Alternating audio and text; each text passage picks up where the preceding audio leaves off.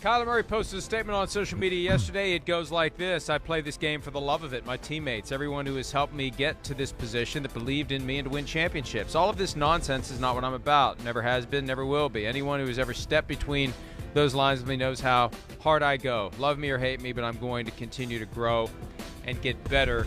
This is in response to the Sunday Splash report from Super Bowl Sunday from Chris Mortensen of ESPN that Murray is described as self-centered, immature, and a finger pointer. I still, look, I'm not a trained journalist. I've been doing this for 20 years. I've learned through trial and error what's appropriate and what's not appropriate. And just because Mort's been doing it forever, and look, I know you're friends with him, Chris, and I know he's close with your dad, I think that was off base by him. I think that crossed the line. To use an anonymous opinion that he's self-centered, immature, and a finger pointer, when there are surely other people out there who disagree with it. I mean, it's one thing to traffic in anonymous facts. Kyler Murray has requested a trade. That's a fact. If you don't have a source on it, that's fine. It's a fact. When you start saying there are people who say he's self-centered, immature, and a finger pointer, who are they? I know. And how many are they? Yeah. Is it half the team? Is it all the team? Is Right. it 10% of the team? Is it one person that's got a problem with Kyler Murray? Who is it? It's not fair to the kid. He's 24 years old. It's not fair to have that hanging over him when there surely are people who don't feel that way about him. I hear you, Mike. I guess that's where it is, where it's dicey. I get you all the way. What I will say to stand up for somebody like Chris Mortensen, who, yeah, you're right, I have a relationship with him, I've known him for a long time, is in the fact that I can guarantee he didn't get it from just some Joe Schmo. That would be the one thing I would say in defending, Chris Mortensen here, without a doubt, is that he got this from somebody. Yeah, he can't release who it is, but I don't think he's just getting this from the fourth string wide receiver or a backup offensive lineman. My history with knowing Chris is when he does these type of things, he's getting this from somebody very high up in the organization. This is not just some Joe Schmo who doesn't really know the situation. I don't think he would go or cross that line that you're talking about unless it was somebody, with significant power or, a level of understanding of the team of the Arizona Cardinals. So that would be the thing I would say, just at face level there, certainly. But, these things, you brought it up. We heard them percolating a little bit during the draft process. But we haven't seen anything or heard anything substantial from anybody out there to really jump onto that. We haven't. I think we've had a few moments that we hear oh, yeah, we wish Kyler Murray had better body language on the sideline at times, other than that. But, man, for a guy who's, young and had a lot of pressure on him, won the Heisman, expected to turn around an organization, I'm certainly not going to sit here and complain and go, oh, man, I don't like the way he handles himself or, plays quarterback or interacts with his teammate. I'm not. From the outside looking in, man, like you said, it's a young guy who's got a lot of pressure on him, and I think he's handled himself quite well throughout his NFL career.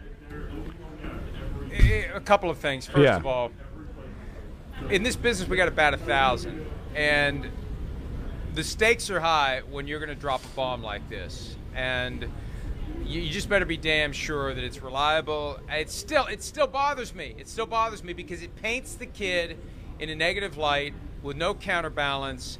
It's presented as fact. It's not fact. It's someone's opinion, and we don't know who the person is, and I'm not comfortable with it. And I wouldn't have used something like this without someone's name attached to it. I can guarantee you that. Maybe 10 years ago I would have. Right.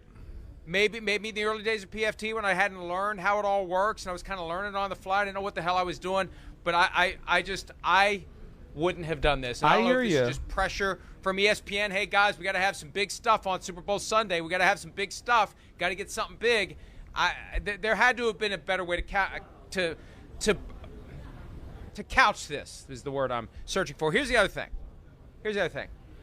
How many other great quarterbacks, if they were on a team that was underachieving around them, right, would be characterized based upon the things they say at practice, the things they do in the locker room, the way they try to hold their teammates accountable, how many of them would be characterized by some of those same people as self-centered, immature, and finger pointers, right?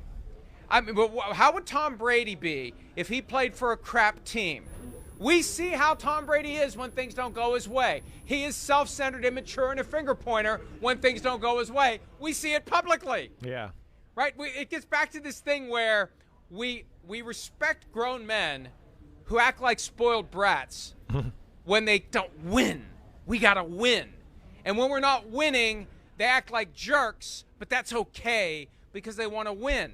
Well, how's that any different than how Kyler Murray's acting? I hear It's you. getting him labeled as self-centered, immature, and a finger pointer.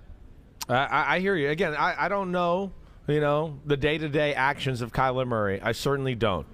I do think with more in his report, I would have a hard time, again, knowing the man a little bit, that it isn't somebody high up, to your to Gotta be the Michael point here. Bidwell then. I know. Better be Michael Bidwell. And the fact that he can't really put a name to it, to me, that it says that it's got to be somebody up in that category. That would be my just 2 cents, knowing the business a little bit, right? Just that would be what I would think happened. I don't know. I really don't.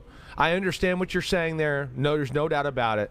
Again, I think it's also one of those things where it's like, sometimes when you're a little bit of the guy you're talking about that's, pissed off, mad, we're not winning, maybe complaining, doing things like that.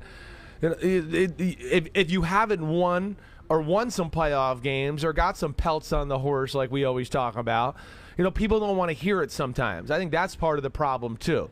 It's like once you win, then, now you can hold everybody to that standard. But you haven't done it yet, so don't complain. I think there's a little bit of that aspect in pro sports, and especially with the quarterback position at times. The one thing I look about Murray sometimes, and again, I don't know him well enough, but the way he handles himself on the sideline too, he doesn't look like he's really worried about being everybody's best buddy either. I kind of respect that about Kyler Murray in a lot of ways. He is the general. I think he is. He's got a balance there where, I don't hear players complain about him in any place he's ever been.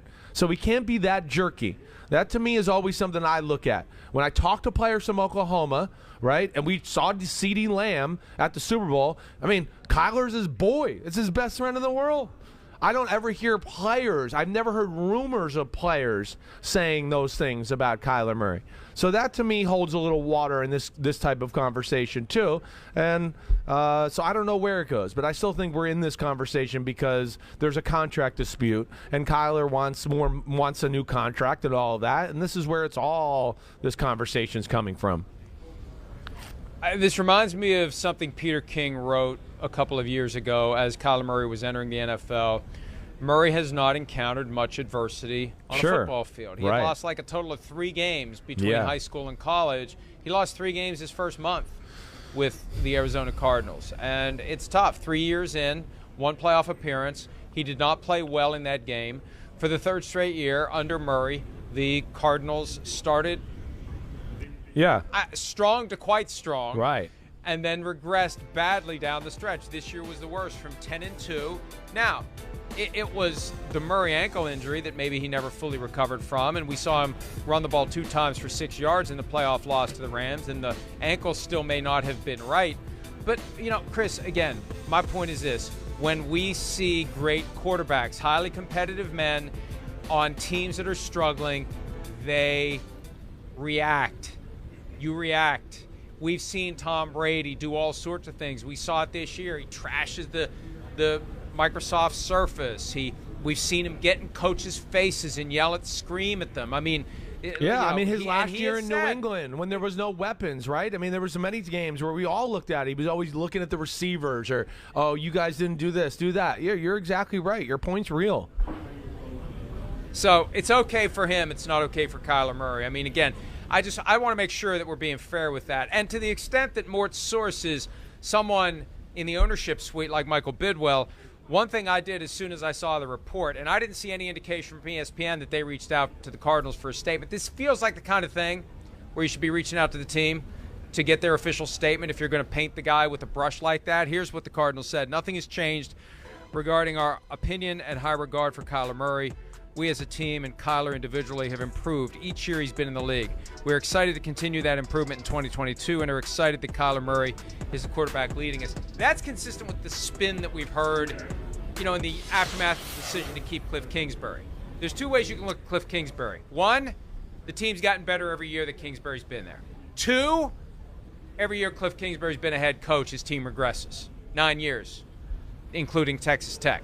So it's 2 different ways to look at it. But Yeah, look, somebody is trying to trash Kyler Murray, and somebody of sufficient name recognition and or influence was able to persuade Chris Mortensen to go with it. I just it makes me uncomfortable because I think plenty of quarterbacks under extreme adversity could be described as self-centered, immature, and finger pointers. Yeah, I hear you. I do think there is that there. For whatever reason, this thought's out there. Aaron Rodgers could be described that way. Definitely. I think there's a lot of them. You go through the history of time. I'm with you there.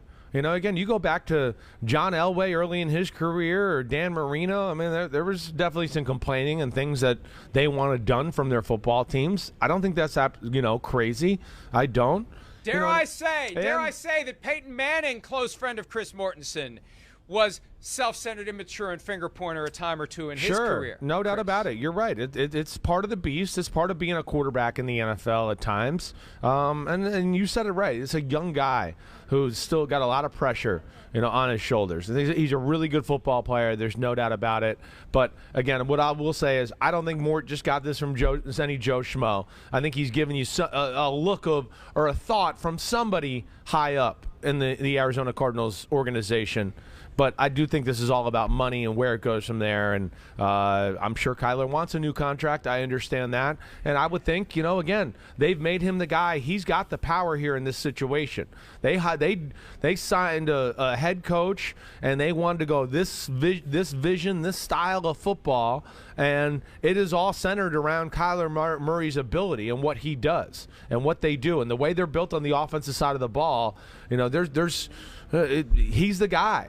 That's what they want to do. They want to play that style of football, and I do think he's got him in a tough situation here. And I would be kind of surprised if he doesn't get a new contract by the time the season rolls around. Hi, I'm Mike Tirico, and thanks for watching. Make sure to hit subscribe for the latest news and highlights from NBC Sports.